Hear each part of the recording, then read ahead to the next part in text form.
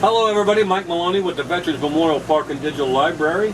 We're continuing our interviews here at the VFW National Convention. I've got Rick Hamm right in front of me here. So we'll be talking to him. Rick, please spell your last name.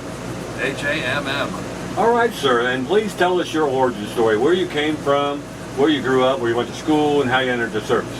I grew up in upstate New York, a little town called Phoenix, New York. I graduated from high school in '68. I was working construction at the time after I graduated, and all of a sudden I got my draft notice. I went down with that draft notice and to my Navy recruiter and went into the Navy instead. And I asked him what I could do with the draft notice, and he politely told me where I could put it.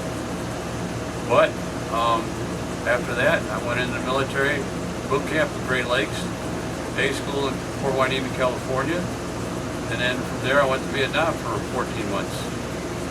Went from Vietnam to Cuba for a year, and then from Cuba to Corpus Christi, Texas, and then from there to a battalion back out in California for 4 years, and then to Philadelphia, Pennsylvania for 3 years, and then I was on loan to the State Department for 3 years.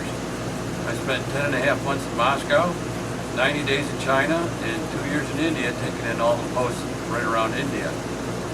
Pakistan, Sri Lanka, Bangladesh, all those posts like that. It was very, very enjoyable. And I went from there to Key West, Florida, and that's where I retired after 20 years. Excellent. Yep.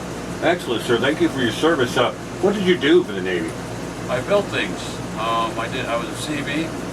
I built barracks. I built bunkers. I built bridges. I built enlisted men's clubs. A lot of building, a lot of concrete work, and a lot of block work, building up barracks and things like that. Awesome, sir. How did you end up in South Dakota? That's a funny story. I had a friend of mine, we worked together in Key West, Florida, and his wife was from South Dakota, and he kept bugging me to come up to South Dakota. So finally, after about 3 years, my wife and I finally came up, and I was still working at the time, and we lived in Florida, and we went back and forth for the summer. And finally, after 3 years of doing that, we decided, you know what, the heck with Florida, we moved to South Dakota. All right. And what brought you to the convention? You come every year, or? Nope, this is my first year. I just became the post commander of 3442 Custer, South Dakota, and this is my first time up here, which is very interesting. Talking to you guys, talking to everybody else, it's an interesting procedure. Right. Well, awesome, man. I see you got white hat there as a post commander. That's awesome. Congratulations on that. Thank you. Anything else you'd like to share with us? No, not really. Nope. Well, thank you so much, Rick, for talking to us, and thank you for your service, and welcome home. Thank you. Mm-hmm.